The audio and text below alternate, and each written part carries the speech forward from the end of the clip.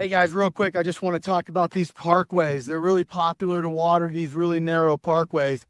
And at our client's house here, they got it right. What they did was they put a dedicated zone of coverage just for the parkway.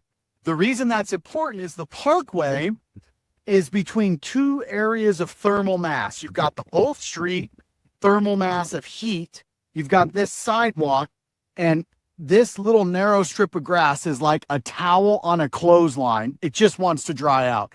So you want parkways to be on their own zones 100% of the time, even if there's only 2 sprinkler heads on the whole zone, because the watering need is different for that area apart from any other area of the grass. This entire front area of the lawn is on 2 zones of its own. Now, when you're installing a sprinkler system, sometimes you think it's easy. I'll put a couple of heads here and I'll have a couple of heads there.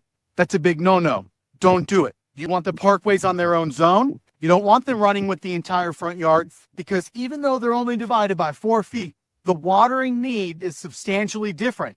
So divide your zones based on watering need and don't make rookie mistakes.